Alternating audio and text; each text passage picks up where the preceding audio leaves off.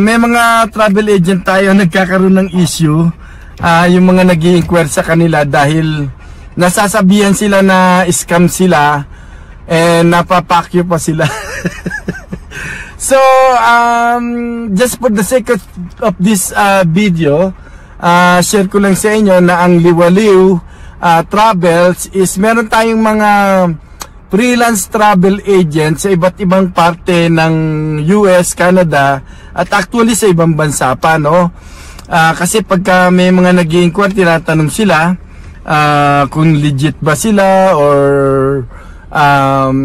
talaga bang ayun nga, legit ba yung kanilang travel agency.